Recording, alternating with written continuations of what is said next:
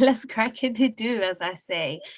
So, my name is Giedrė Usmanaitė. I am a Lithuanian living in London. I did my project management master's degree, and from there, I got into project management.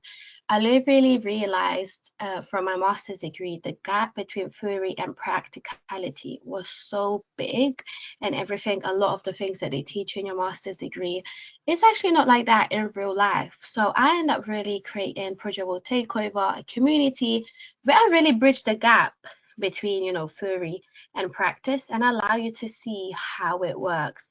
It's a diverse community full of amazing people, and it's been lovely. It's been lovely to share the knowledge. It's been lovely to help people with their careers. And another thing that I preach is actually project management is a crucial life skill. It's not just an amazing career, right?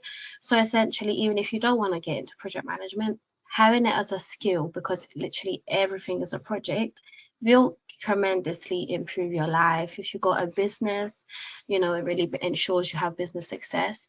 And most importantly, project management allows you to turn your dreams into reality. So I highly encourage, even if you don't want to get into project management, at least knowing the fundamentals of it, to know how to utilize it for your personal projects, your business, and your dreams.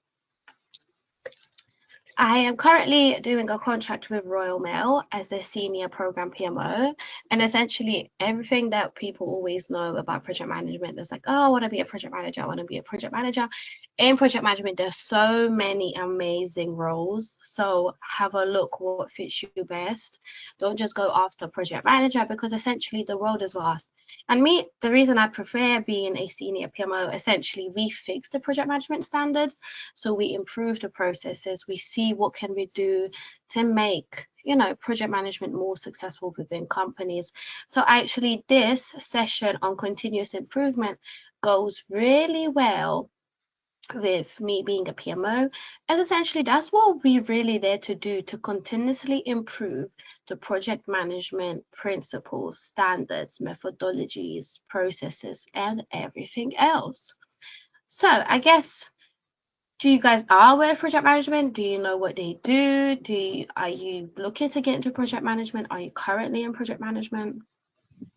Let me know in the comments down below, in the comments in the chat.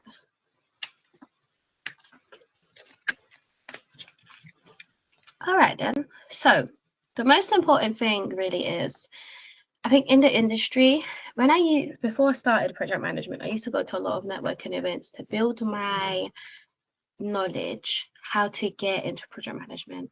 And I always used to ask, what are any sort of blockers or challenges that people have in the industry?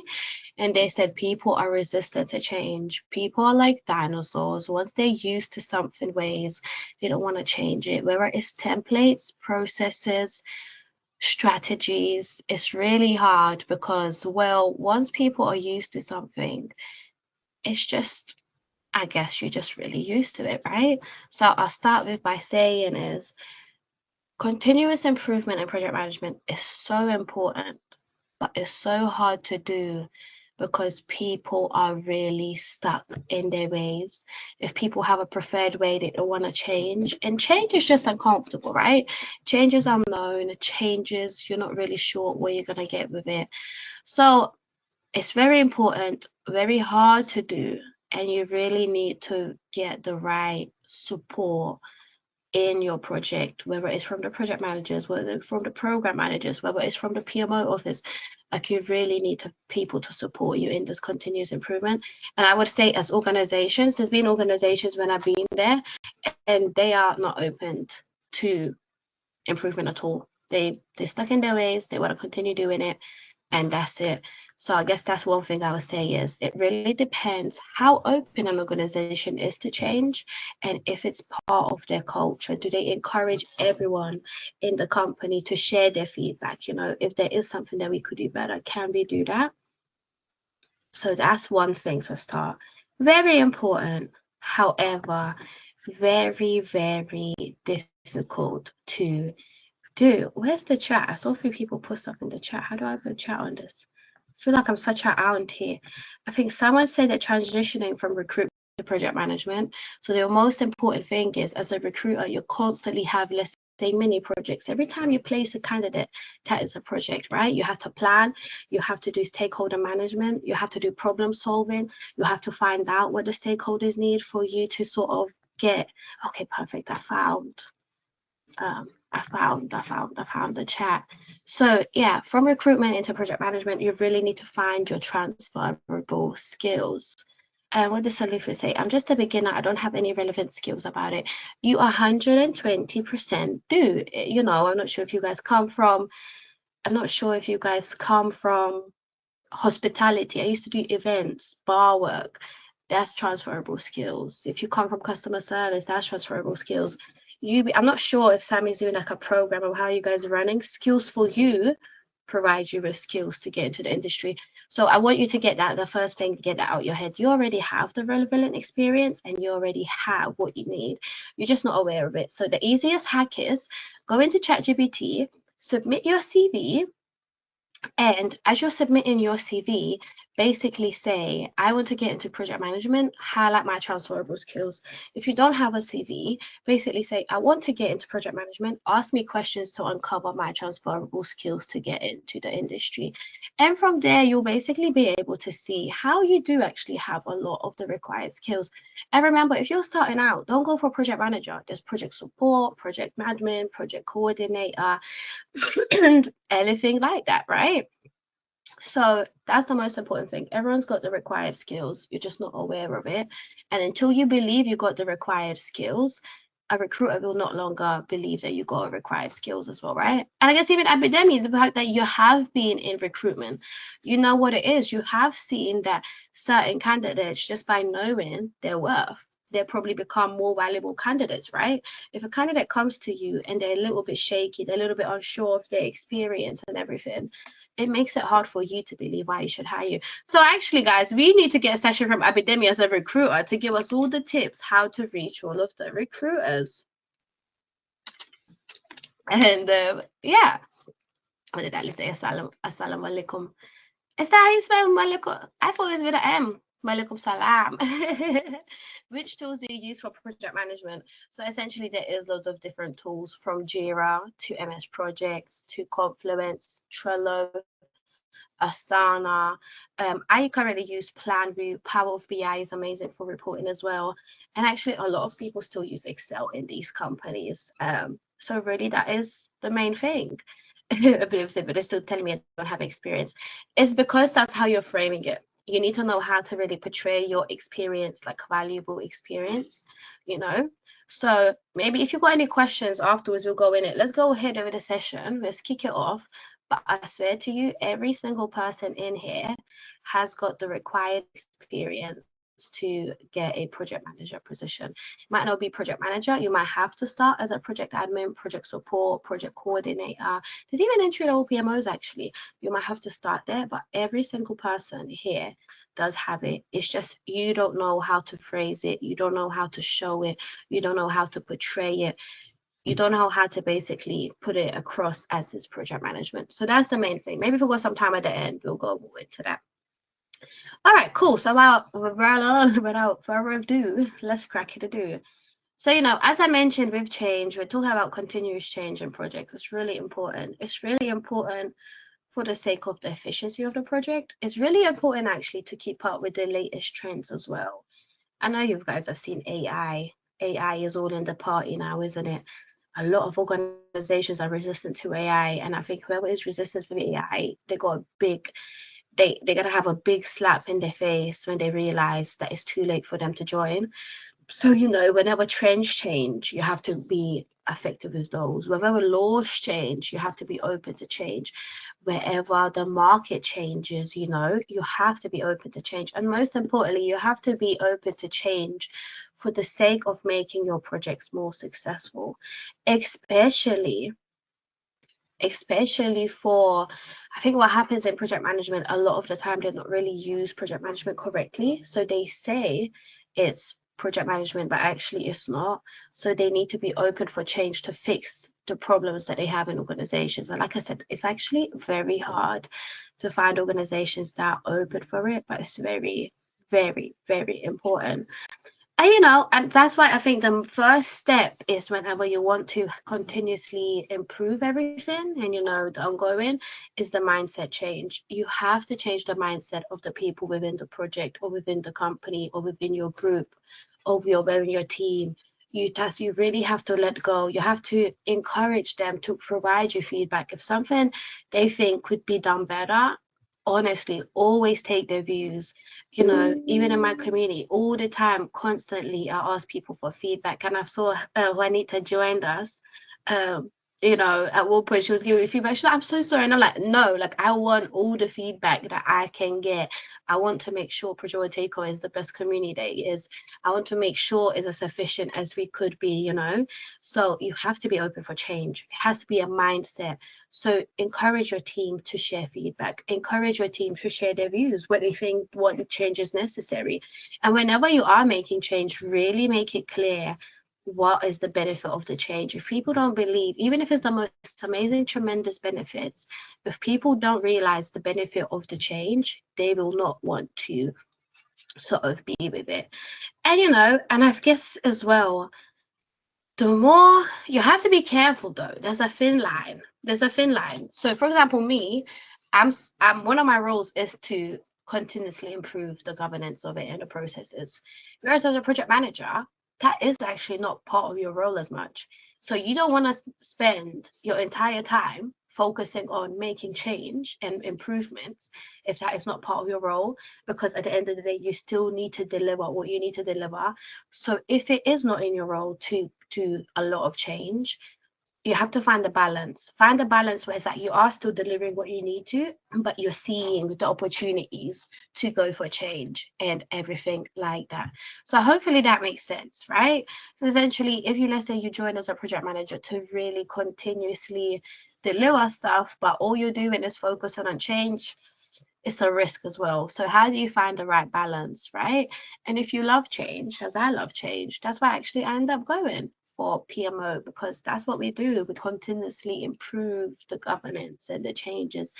The only other thing about change as well is sometimes I feel like organizations, especially like say the CEOs and everything, they don't realize how important change is, because that change might not bring money.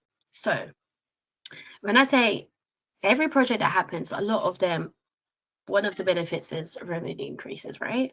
Or saving money or something like that. Essentially, when it comes to improving the way your projects work, it becomes really hard to show them the monetary value, right? So I can't tell you it's going to make you 500K. However, if we change and we improve processes and there's less manual labor, there's less manual errors, if we're working way more efficiently, if we're doing risk management way more proactively, if we're creating plans that are really, to the level of quality where we are constantly on track with them and everything like that, that saves you money in the long run. That saves you money because the project manager can go and focus on the task that it needs to deliver.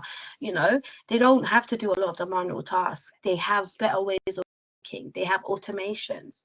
If you're introducing AI, how can AI save time? One of the ways I've currently used an AI at work is actually for minute taking. So if you're not in project management, minute taking essentially is when you do a meeting, you want to know what happened in the meeting from what was discussed, any actions that came out from meeting, who attended the meeting, and yeah, basically like an overview of what happened in the meeting. So minute taking is a very important task in project management. And essentially now there's been times where when you send minutes out, people would say, I didn't say that. So make sure to really record all of your meetings so you can really basically link those actions. But it used to take us hours to do meeting minutes, because you're listening to the meeting, you're rewatching the meeting, like it's like a hefty process. Whereas now with AI, they're able to help us out with the meeting minutes. It's not to the point yet where, let's say, it's very accurate and I can just say do the meeting minutes and send it out. I still have to reread it. I still have to fix things and move things. Or sometimes it would say like, this person said it will be another person. So it's like I'm kind of on the side still taking notes, but I'm not having to create them from scratch. I'm just re-verifying if those meeting minutes are correct and changing the parts that we need. So by, let's say, even encouraging AI or use of our own organization, the organization is saving my time because, well, now I don't need to sit there for 3 hours when I can probably do it in like 30 minutes now, you know? So it's that continuous development on how to improve the way people can work more efficiently. But you see, and even with that, technically me using AI did not bring them money, but technically by me cutting down the task by a few hours, that is saving them money. But they don't look at it like that. So that's one thing with change. Sometimes if you can't quantify the change in how much money it will give them or how much money it will save them, organizations don't really want you to spend time doing it as well. So that's another problem with change. Yeah, that's really right. And what's the best way to encourage change? So one, if you're an expert and you've got expertise and you join an organization, you're basically able to provide your expertise to know what change could be better. By going to networking events and asking people, I don't think project management is a competition. I'm an amazing PMO. It doesn't take away from you being amazing, and you being amazing doesn't take away from me. So if I see that you're really amazing at risk management, planning, anything like that, I am pulling you to the side and asking you, how do you do it? Can I see your plans? Can I see how it works? And I think that's what's really allowed me to really take my career to the next level. And, I'm learning from people who have been in the industry for 20 years. So if I'm doing what they're doing at 20 years in my 5 years in, can you see the gap that I'm bridging? And that's been really, really a big thing for personal development as well. So I would even say change goes beyond just projects. You have to also be open to change. Don't think, oh, I know the best. I know this plan. Oh, I manage risks effectively. I don't need change, So also be open to yourself. Another way to really encourage change is, especially in Agile, since I know we're focusing a little bit about Agile here. In Agile, there's a retrospective, right? And essentially in a retrospective, you go through what went well, what didn't go well, what would you change, what you wouldn't change. These are the periods where you can really see what did work well for that sprint, what didn't work well for that sprint, what do you continue doing, what do you take out. I guess that's like a short-term solution for change as well. Do not do something just because it's done and you're used to it and everyone else is used to it. And yeah, another way as well, you could really ask your team to feedback it, as you're doing one-to-ones with your team, ask for their feedback. As you're doing even just discussing with people, one of the things I do is like I always ask people, what are their pain points? What is it that you wish you could change? And if you're telling me something you wish I could change, that I know I could go and make that change, I'm taking that on board. So talk to the people. I think most importantly, speak to the people. Where is your personal life, your projects, your organizations? Speak to the people, because continuous change is important, but it's useless if it's not required. We've made some changes without talking to people. It's been amazing, but it's not actually what a company needed. So you have to be really careful from that aspect, because you don't want to make changes for the sake of making changes. So that's another tip for me, is if you change, make sure that it's needed. That is really it. And then if you go into, let's say, data-driven changes, if you constantly have, I don't know, a project that's delayed by a certain amount, and you do an analysis and you find out it's because they don't have enough resources, or because their process or the methodology that they're using is not working, just have a look at the data. Have a look at the data and use that data for decision making. From risk management, that can give you data, plans can give you data, tests analysis can give you data.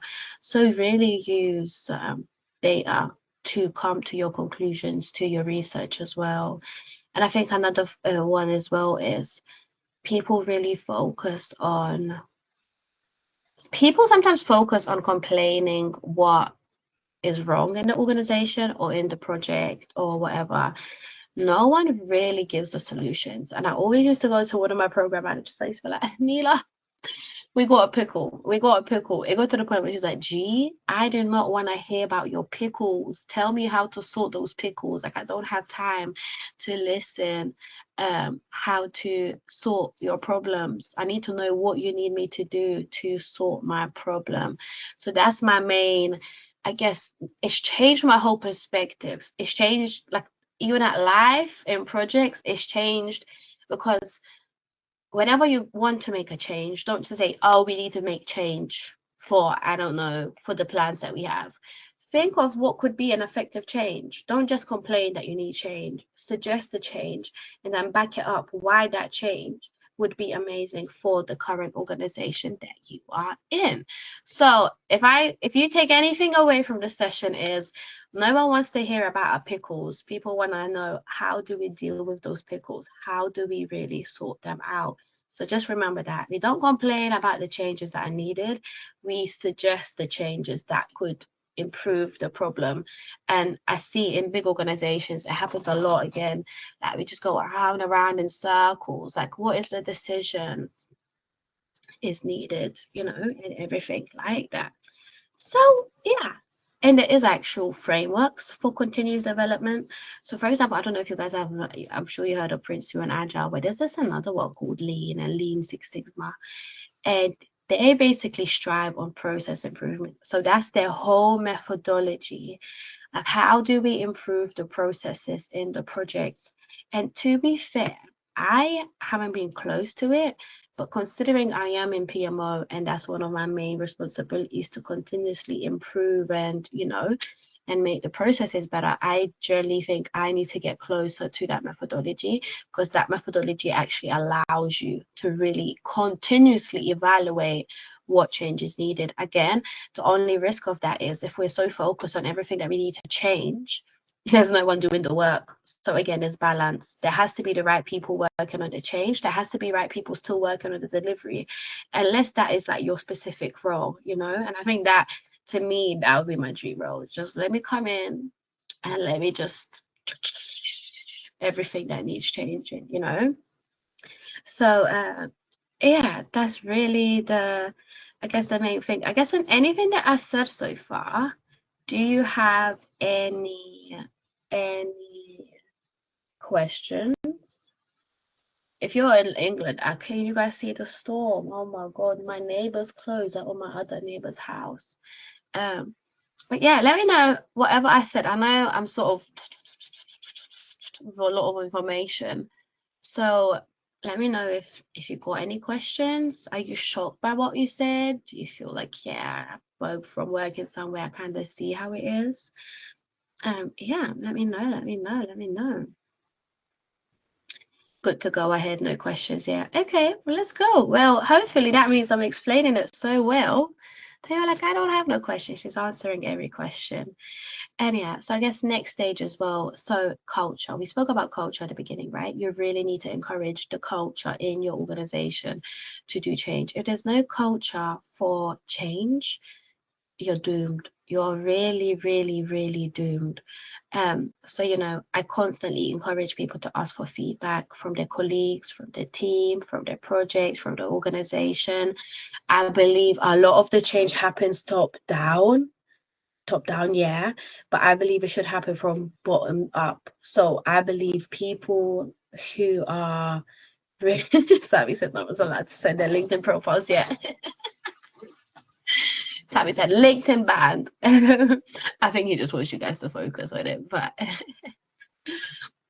so culture, it has to be in the culture. Encourage your team to feel safe to provide feedback. I know a lot of people, sometimes people don't feel safe providing feedback. And, you know, sometimes even the other day I did a session. I was recording that session for, like, you know, for taking notes and stuff. But then at the end, I turned off the recording and I basically said, like, you know, the recording is off. Is there anything you would like to, like, say off the camera? Because sometimes people actually don't want to provide you the truth when they think it's recorded, or you think, you know, it can be traced back to them. So encourage sort of your team to feel safe and really create those environments as well. And even you yourself, whenever you do feel like there's anything that could make change better, just bring it up. bring it up to your manager, bring it up, you know, with your colleagues. Just really, I encourage it highly. And it's just so important, but people do end up getting stuck on just doing the same old stuff. And it's frustrating. And then I feel I have a difficult job sometimes because I am the one that wants a lot of change, and that is part of what I do. So it's like when I come, people are like, oh, you're here changing or introducing plans, you're changing this and you're changing that, like, oh, another change. So it's difficult for us changers to make the change sometimes because people are like, oh, I don't need this change. I've been doing it for 6 years. But just because you've been doing something for 6 years doesn't not mean you can't improve. And even me, myself, as I started in my last contract, we had set up risk management in one way. As we actually started going, I realized that risk management, everyone treats it like a tick off exercise. No one really incorporates it into the culture. And people think deployment and delivery of projects is here, whereas risk management is here. And actually, no, it goes hand in hand, because if you're really good at your risk management, your deployment becomes smoother and you avoid a lot of issues and a lot of risks. So we changed it. And actually, I'm really sad because I moved over to another project now to help out. I've been trying to introduce this change for months, and I was just getting blockers. What really helped me is to back it up with evidence why I want to change the risk management, the way it is approached. And my biggest evidence was, well, actually, look, when I do focus on risk management and I have sessions with people, like, you know, when I'm digging for the updates, rather than just like having a one sentence update, but rather having discussion how it is and how the areas impact. I have uncovered a lot of problems that if I didn't do risk management in a way that I did it, we would have never been able to even find out, and it would have hit us with last minute sort of like who deals with that. So having that as an example, look how many problems we actually avoided with amazing risk management is what allowed me to really push for this change. Another thing what really helped me, one of the main project managers that I was able to do this with, he realizes the impact of risk management and when it's done effectively, how it can be done. And as we sort of got closer and we're having discussions, and, you know, he'll be like, gee, I know I'm part of the problem because, you know, they just don't have the time and they just want to update the risk one sentence and pow. So by encouraging risk management to be part of the culture, now they're actually sitting down and having discussions. So rather like a one sentence update on the risk, people are sitting down and really having discussions about risk management. They're discussing about the mitigation. They're discussing who needs to be involved. A lot of risks got closed. A lot of risks actually got reworded because it turns out they weren't worded correctly. But because no one has the time to effectively look at them, it's like that's what happens. So I guess just like a one example of an amazing change that I'm really proud of, and I'm really happy, and I feel like I abandoned my baby that and moved to a different project. But you know, I had a one-to-one catch up with the people that are doing it, and even just seeing how much different it looks and how effective it is and how it's part of it, it's just heartwarming. So, but that took me months. I've been trying to do this since last year. I've been trying to do I was trying to make that change since last year. So change sometimes takes it. So be proactive, and you need to know who to go for the change, you know. And because I did it that way, I knew who to go for because I had sessions with him and I'm like, look, just look at the results. Just look. I was able to do it. So that's an amazing positive change, but it did take me ages. Another, change example will be we changed the template for the status report. You guys know status reports for project management, right? Essentially, how is your project doing? It wasn't really much change. It just same information, different layout. You guys won't believe. Someone called me like, oh, you guys are making change. I don't understand why you're making the change. I don't know why you're doing it. And I was like, wow, this is a simple template that we changed. And people was like having a little. And bear in mind, it's also important to know what is going on at the other side of the project, because I know the reason that template set him over the edge because stuff was not going as smooth as it was in his project. So that was like his tipping point. I know the template, nothing crazy, just one page PowerPoint, but that template sent him over the edge. But then it's also having emotional intelligence to understand that what people are going through outside this change, that also could have an impact on it. So that's, I guess, just two examples of some amazing change. I guess one amazing change other that I can't believe that change really thing it here. But what did Epidemic say? But risk management is such a huge part of project management. RAID, for example. Yes, exactly. But I think the problem is, right, that's all it is for a lot of companies, RAID. So they just have a RAID log and they say that's it, that's risk management. Having a RAID log is actually not enough for risk management. It's a document to track it. But again, risk management needs to be in the culture. Risk management needs to, you need to live, breathe it, and everything like that. So that's why actually a lot of projects managers or other PMOs, everyone, essentially they don't really do risk management effectively. So I actually am hosting a session with APM to really go into risk management and how to make it better. So it's not just RAID log, because that's just one tool part of it, but how do we actually have a amazing risk management strategy in place? How do we live it up in the culture? How do you make people realize that risk is actually important? Everyone hates risks. People don't even want to show their risks. People feel like if they show their risks, it makes their project look bad. Again, then it's like sort of explaining to people, actually, no, by not having visibility of these risks, and if it turns into issue, that's what makes you look bad. Because one, we could have supported you, we could have helped you mitigate it, we could have, you know, just transparency.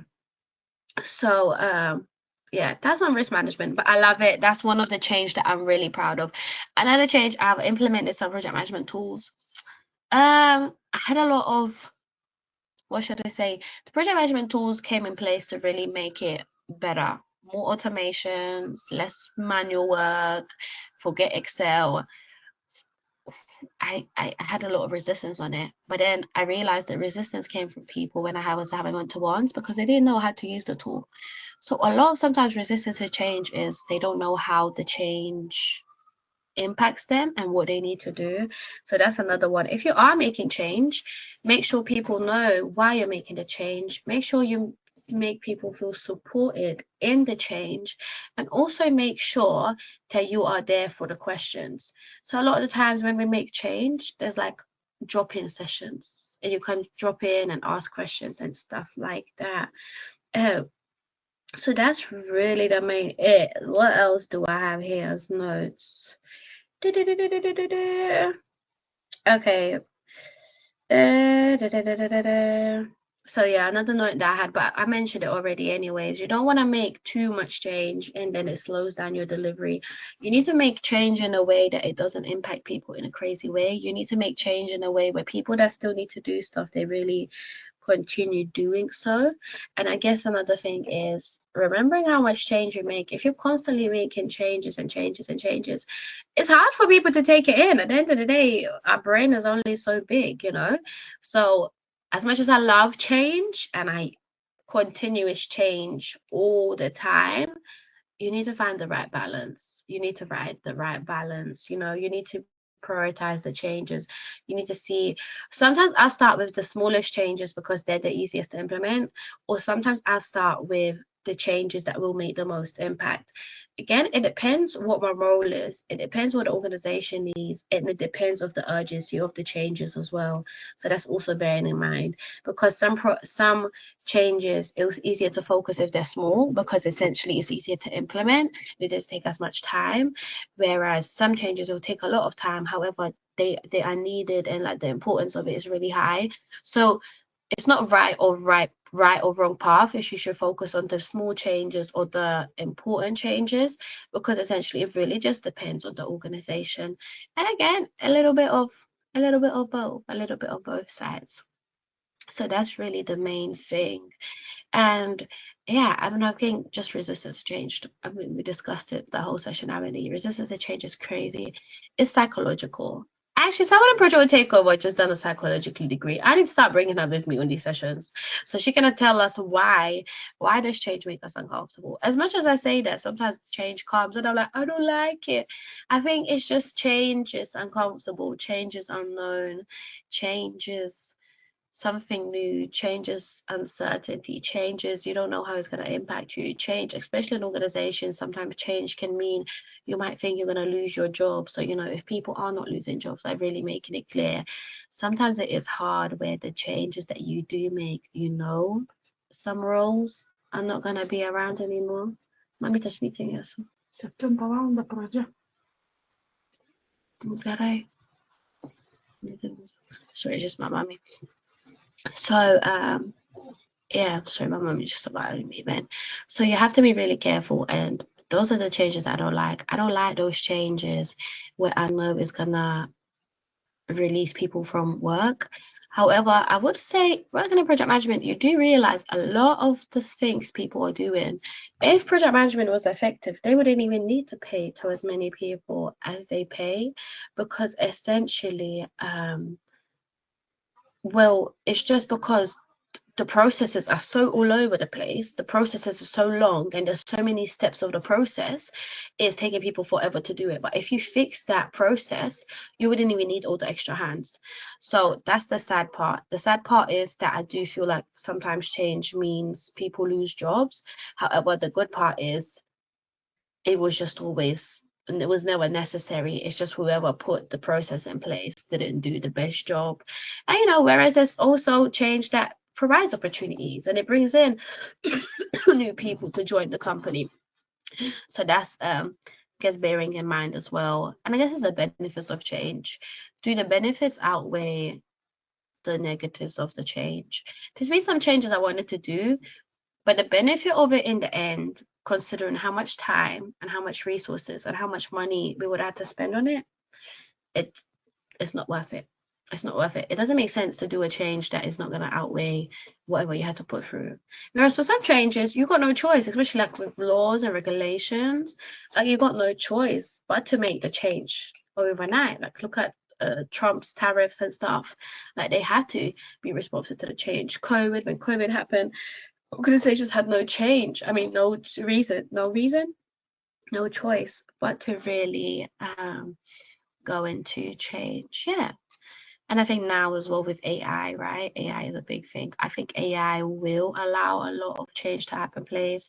I think it will even allow to do a lot of continuous improvement, because now actually I can go and say, this is what I do. Can you make suggestions how for me to have a better process, for me to have a more efficient process, for me to have a process that will give me these benefits? And I think the best of two worlds is really, using your knowledge and using AI's knowledge to make the change and see what changes are needed. Another beautiful procedure, what is it, tool? I don't remember what they're called. Was it tool? Was it process? So it's called process mapping. A lot of the time it's actually business analysts that do that in project management. And essentially with process mapping, what happens is you create that as is process, you have a look at it, and you create a to be process. So, it could be, so for example, if we use, I think I've done pizza delivery in my training back in the day.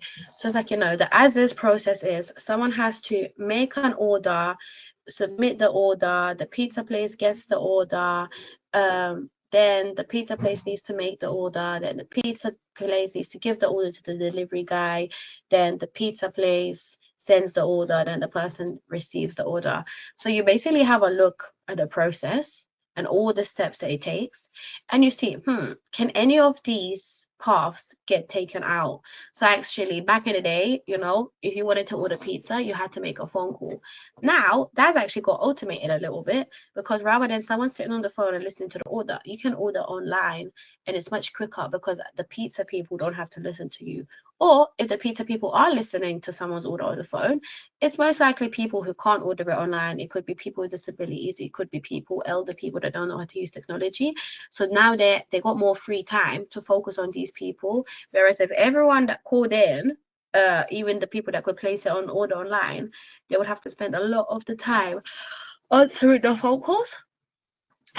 So that's how you do, and you basically from there you circle, let's say, what you feel like could get automated, what can get cut out, and you create the to be model. With the to be model, it's like the new thing that you want to achieve. And actually that happens a lot in project management as well, especially at the start of the project, because that's what you want to see. You see at the stage as is, and you create what the to be, and then you go and create a plan to achieve that to be stage. You get all the requirements, you manage all the risks that will come with it and stuff like that. So that is thing is as is and to be part of Scrum delivery.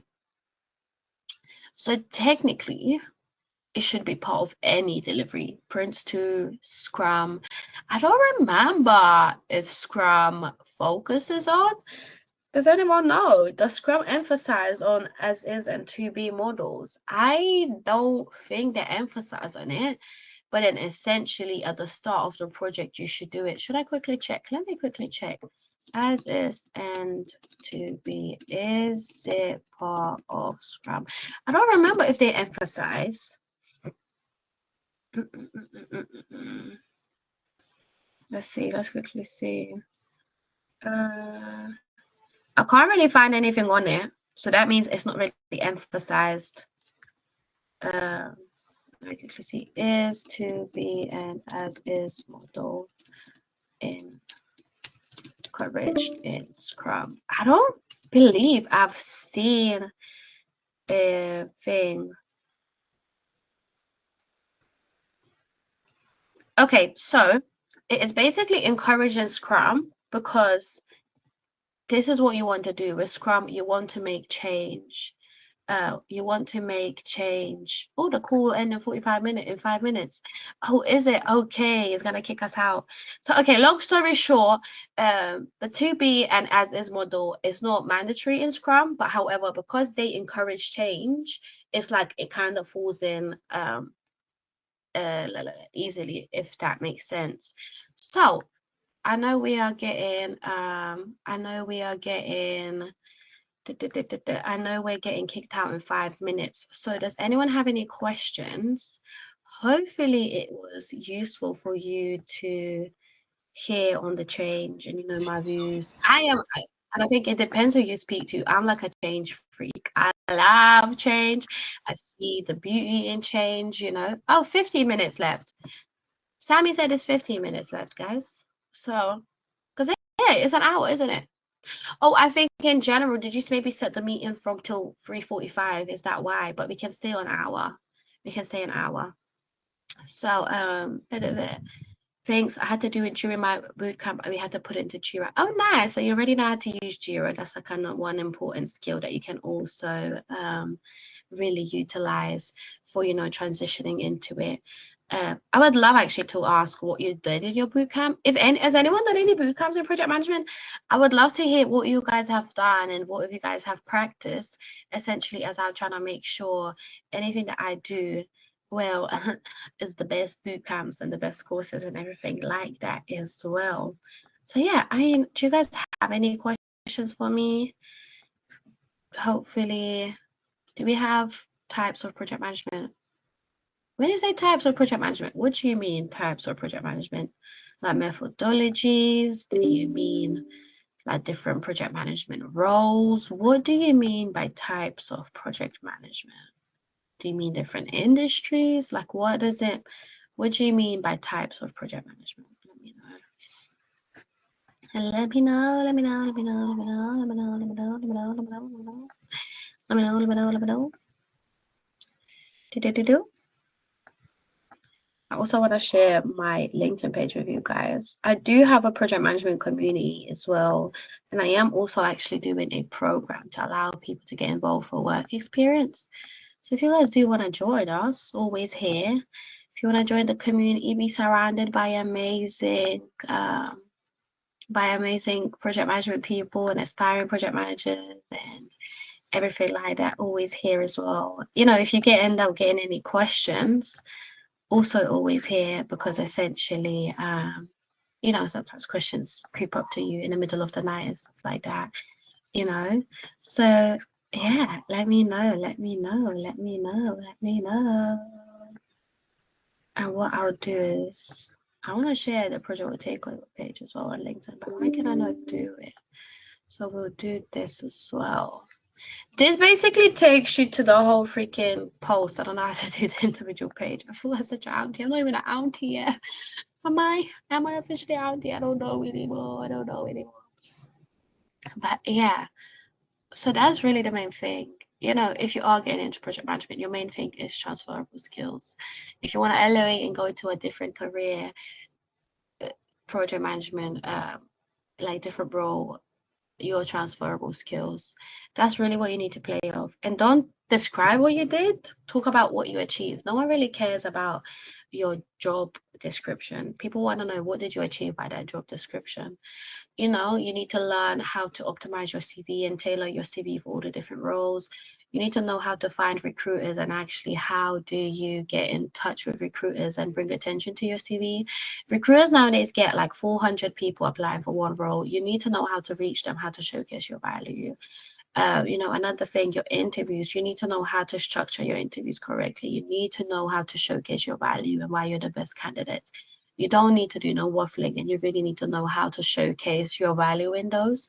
Your LinkedIn, you know, because you guys are, I think a majority of you guys part of skills for you. You already know how, I'm sure Sami and Abdul have take you, would have told you how crucial LinkedIn is, because they're amazing at LinkedIn. Will AI take over project management roles? So I think not for AI will take over everything. Let's get started with that. There's not really much roles that AI will not be doing, apart from like the proper manual itty gritty roles. AI will take over everything. Like, that's a no-brainer. However, I think project management will be one of the last roles that AI takes over. Why? We deal with a lot of people. So unless AI takes over other roles and it can communicate to those roles in AI will blow his mind. Even to this point where even now, AI has supported me and it's making me more efficient, but it's nowhere near when it can do what I can do. When it comes to even making reports and stuff, sometimes I sit there going back and forth what it needs to give me, and it's just, no matter how good the prompt is, it's just not giving me exactly what I need. So yeah, AI will take over every role in the future. For now, I think project management will be one of the latest roles that April takes over due to the people aspect, because I swear to God, for you, if you knew some of the questions that I get, AI will probably just blow up. So yeah, so I would say for now, this is what you want to learn. You want to learn how to use AI to make your project management job easier and more efficient, because there's going to be a boom where people only hire you if you have AI as a skill. So if you want to stand out in the market for now, learn how to use AI to make your project management efficient and be more efficient project manager. If you learn that, you'll have an up advantage, because it's going to get to the place where you're not even going to get hired if you don't know how to use AI. And everyone's going to try catch up. You don't want to be one of the people that try catch up. You want to be one of the people that are already experts in the area. So learn how to utilize AI for project management, and that will be a big winning point till the robots come and take us down. Till the robots come. You can save your job if you know how to use AI. Yeah, exactly. Because it's just not at the stage yet where it can replace us, but it is at the stage where it can make us better and more efficient. So if you don't know how to use that to get that result, you'll be replaceable really fast. So I think for now, let's not cry about AI taking us out. Let's focus on really becoming experts in AI and how we can how you can utilize it for work. So from there, you can really become more efficient, more effective. And even now, what I do, like even with the meeting minutes, like I said to you, an example, it saves me a lot of time. It saves me a lot of time. So that's what you want to learn how to use. Use AI in a way where you can get more accurate results. You can save your time, and I had another point, but it left me. Accuracy, more efficient, or decisions, or it allows you to make decisions easier. If you learn how to do that with AI, you'll bloom in the project management industry, especially since a lot of project management industry is like an older generation that is not very tech savvy. And there's people who still think if they don't use AI, they can get away with it. So these people will, it's like internet. Do you guys remember when internet came in place? The companies that, transfer themselves to the internet and used online stores are blooming.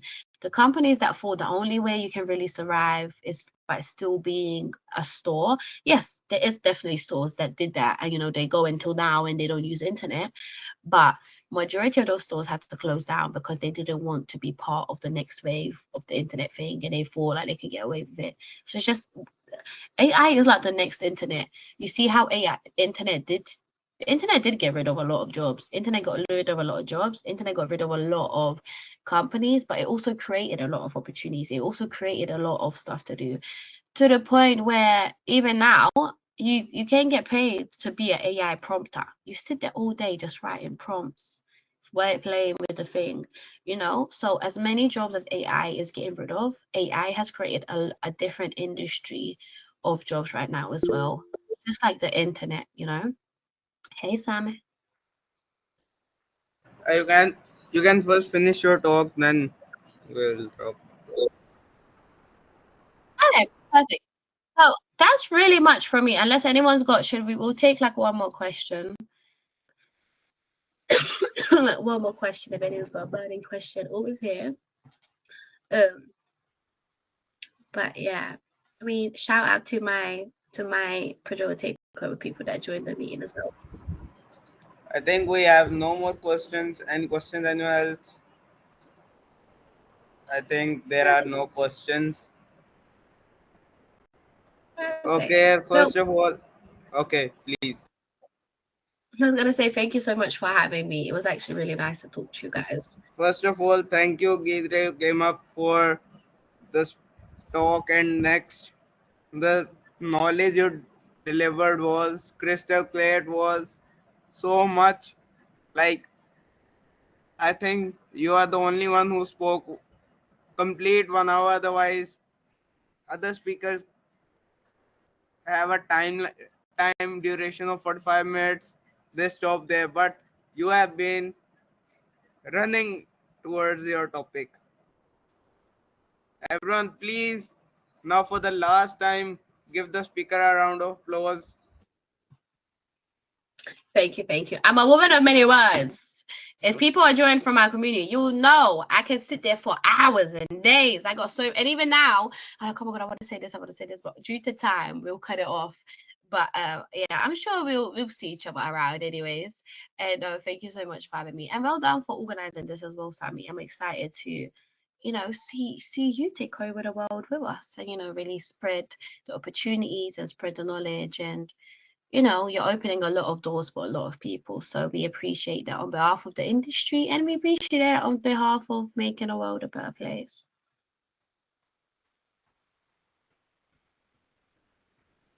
Beautiful.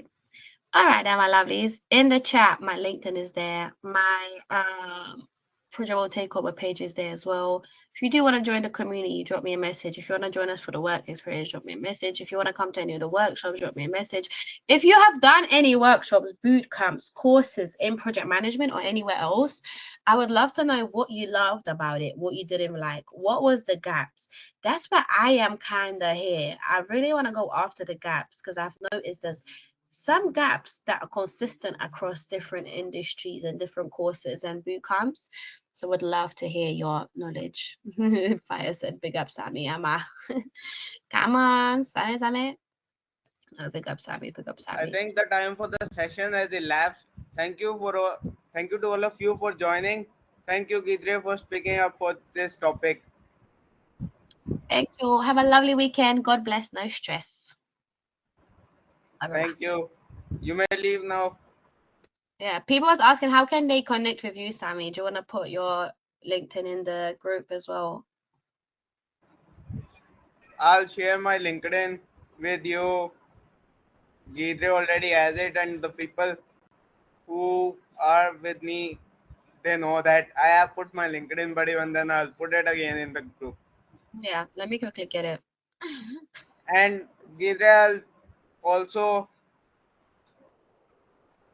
I'll also share your speaker certificate by tomorrow. Oh, I get a certificate. Okay, I'll take that. Thank you so much. Someone from my community said, Sami, can you join Project Takeover? Leave Sami alone. He's a busy man, okay? But we'll definitely get Sami to come and do a session with us. And we'll do something as well, like collaboration and stuff, so we can see how we can put it together. But of course, anyone that wants to join a community, including Sami, honestly, I would love everyone's input. Like, everyone's got a journey to share. Everyone's got skills and knowledge and experiences and backgrounds. No matter what part of project management journey you are, it is honestly, you always got something to bring to the table, you know. And don't ever let anyone in this world tell you, if you don't have this amount of experience, you don't deserve to share your knowledge. And actually, that's what really pushed me to start Project Takeover. Because someone said, are you going to get like 5 more years of project management experience before you start teaching people? What? No, everyone's got a journey, and then we got different paths, right? So I'm not the same woman that I was, let's say, 5 years ago when I started my project management career, but those tips could have helped people coming into the industry. Now I'm like on a different journey. Then in 5 years, I'll be in a whole nother journey. So always share your knowledge, because it will always be helpful. And it's called reverse mentorship.